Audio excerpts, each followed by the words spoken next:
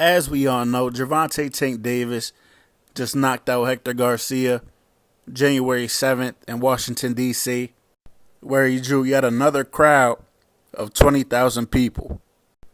And as of late, me and a lot of other fans have been calling Tank the People's Champ. Because even though he fights at 135 pounds, there's only one champion at 135 pounds, which is Devin Haney. He's the undisputed champion.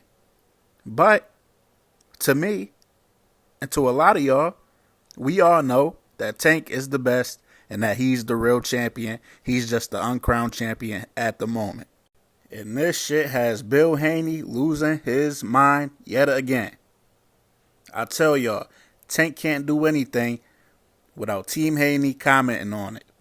And he held out. He held out for almost a week. It's Friday. I give him that. He tried his best, but he couldn't hold out no more. He went on the Boxing Voice and did an interview with them, and he said a lot of bullshit. Guys that said that it's relatable, come please on here and tell me that a guy came to you at your school, a guy came to your neighborhood, and you said to him, I don't want to fight because nobody knows who you are. Please open up the phone lines, please. First of all, I get where he was going with that. The problem is, it's wrong. Because what Devin is doing to Tank is not the same as somebody approaching you, telling you, let's fight. What Devin is doing will be like somebody going around and telling people that they want to fight you, but never coming directly to you. They have never brought any propositions to Tank's team. All they've been doing is talking in the media. That's not the same thing.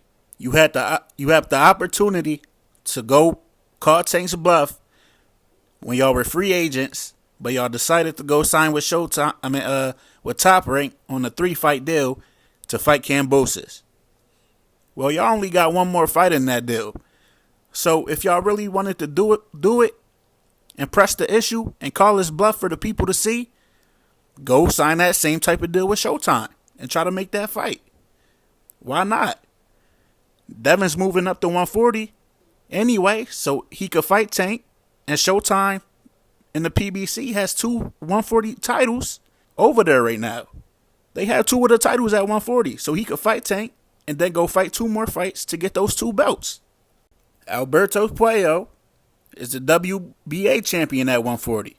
Sabrio Matias is about to fight for the IBF title. So Showtime has 2 of the belts at 140. So you fight Tank and fight for 2 of the belts. Then after that, you'll be a free agent again. You'll be able to go back to Top Rank to try to fight for Undisputed at 140 against whoever has the other 2 titles, whether it's Regis, Josh Taylor, whoever. Why not, bro? That's how you really call his bluff. You don't call his bluff by talking from different promotions. Everyone in our neighborhood, we do know that a bully, right? And if you know who's bullying on everybody else, right? And then you know somebody in the hood that the guy ain't looking for, the guy ain't gonna bother, right? That that quiet dude over there, right? And you like, damn, yeah, here he come, right? But you know the other guy, so you say, well, why don't you fuck with him? That's my guy over there, the quiet guy. He gonna whip your ass out. Yeah, you want to fuck with me? I'm an old guy and I might be a little weak, but what about that other guy over there, right? You know that story. You know that ain't that a real story? Yeah, that's a real story. That is a real story. I agree with that. The problem is you got the characters in the story mixed up. Devin is the one trying to be a bully. Devin is the one trying to fight an old Lomachenko. Devin is the one doing all the talking in the media. Devin is the one trying to fight a mentally weak Teofimo Lopez. Gervonta Davis doesn't do any of that. He's the quiet one. He's the one that doesn't play with anybody till they come play with him. He didn't walk up on Ryan Garcia in the club and grab his chain. Ryan walked up on him, and that's when he grabbed his chain. So Bill got the story right, but he got his characters all backwards. Now, if you're a fan of the Boxing Voice like I am, you know they're the show that does call-ins. They let the fans call in and they do back and forth with the fans. They let fans ask questions to the fighters or whoever they have on there. And they let some fans call in today. And a lot of what the fans were telling Bill was that the people relate more to Tank than they do with Devin Haney. And Bill got that misconstrued, thinking that they meant because Tank is from the streets and that he get in trouble, that's what people relate to. No. What people relate to with Tank is one of those storylines that's always successful in movies, always successful in all types of stuff. The rag the riches story. People love that story. That's the story people relate to the most, because a lot of us do come from nothing. And we all have hopes of making something of ourselves. And that's what Tank has done, and that's what people are behind. They don't support Tank because they think he a street dude. Tank been boxing since he was 7 years old.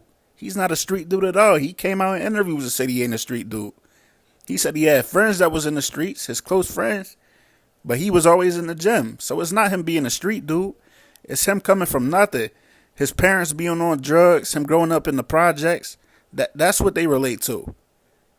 Him being in the foster system, that's what it is. People don't relate. It's sad, but a lot of people from our community don't relate to having a dad in the household like Bill Haney, which we do need more of, but that's just not what the reality is. People don't relate to Devin because he grew up secure. That's not what most of us relate to. We relate to Tank. Parents on drugs or something like that. Foster system, something like that. That's the reality for most people in our situations. Like I said, no one glamorizes or sensationalizes the streets if they've ever been in the streets. And like I said, we as the fans don't support Tank because we think he a street dude. We know he's a boxer. He's been boxing since he was 7 years old. We support his story and where he came from. How do you feel about the public starting to build this perception that you and Dev may not want or have the same energy for Shakur at 35? We keep the same energy with everybody. Cap. That's cat. Because when it comes to Shakur, the energy is different. When it comes to Shakur, then they want to start talking about 140 and 147, which is crazy because I ain't hear Shakur say nothing about that yet. But when Chris Colbert's name got brought up to him, this is what Shakur said. Chris Colbert called you out. I saw y'all going back and forth. He ain't called me out. Chris Colbert said out his mouth that we gonna fight later on down the line. He's not talking about fighting me right now, but we in the same weight class right now. And why not fight me right now? You want to fight it? I do. But I'm saying, why not fight me right now? Why talk about fighting me later on down the line? Right. What y'all think? Come on now. Use y'all brain. Now, I might be tripping, but listen to this and let me know what y'all hear. And tell me if I'm tripping or not. Ain't gonna do. Devin is gonna beat the shit out of you. That's what I said.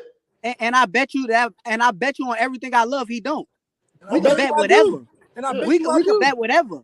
We could bet whatever. Listen, We could bet whatever. When we do, it's gonna be for everything, and we gonna see. Good. Like I said, we could bet whatever. You know what I'm with. I don't know why. He talking about when we do it, it's going to be for everything. Am I tripping, or does he not have everything now? So what's the difference between what Devin said and what Chris Colbert said? So how is it the energy different when it comes to Shakur? Why ain't y'all fighting then? Why y'all fighting old ass Lomachenko? But let me continue. Some more bullshit that Bill said was that Tank ain't trying to fight for the belts because he don't want to fight Devin for the belts. And that's cat. Didn't matter when the guy that got the belts, you don't want to fight. You know what I'm saying? That's when the belts don't matter. When the guy with the belts and Cambosos said that you got to come over to Australia, now the belts don't matter, right? The belts matter, but if you come to me, I'll take them belts off of you. But if I got to go to Australia, I don't want them. You know what I mean? So that's. Tank not wanting to fight for the belts had nothing to do with Devin Haney or George Kambosos or going to Australia. Tank not fighting for the belts is because he doesn't want to pay the sanctioning fees. He already said he'll whoop Kambosos' ass. You and Cambosos, what happens, Tank? I'm whooping that ass. Tell him come see me. How about you and Isaac Cruz? I ain't got to tell him hold the belts. I'll whoop his ass for free. Easy work. No, not for free, but not for the damn belts. I don't want them. which makes sense when you realize his mentor, Floyd Mayweather, who he was signed to, came out just recently and spoke out against the sanctioning bodies and how they were finessing the fighters and taking money out of their checks just for fighting for the belts. And not only Floyd said that, but Andre Ward spoke on it as well. He said, what are we paying them for? So that's what Tank is on.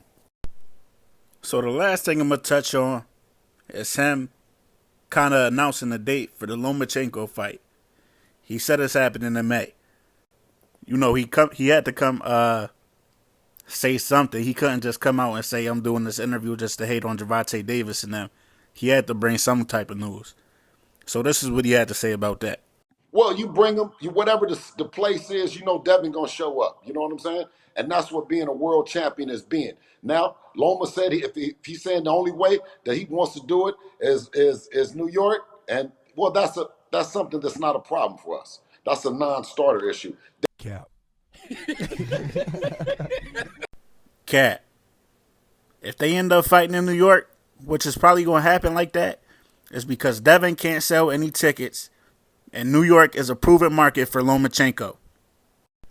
Lomachenko sold 8,500 tickets against Richard Comey, and Devin Haney against Jojo Diaz did less than 5,000 tickets, and he did the same thing, less than 5,000 tickets, against Jorge Linares. When Devin Haney is from Las Vegas, and Jojo Diaz is Mexican, and that's in that southwest part of the U.S., which is a high Mexican population, Devin Haney still only sold 5,000 tickets, and most of them there were for Jojo Diaz. But I guess Bob Arum Top Rank is looking at it as New York City has a population of 18,000 people. We take Lomachenko's 8,500. With those 18 million people, we may be able to crack 10,000 with Devin Haney. At least 2,000, please. At least 2,000 people go watching so they can crack 10,000, please. Top Rank trying to figure out how they can make some money on this shit. They ain't trying to end up like DAZN, $6 billion in the hole. Why that makes Bill saying this even funnier.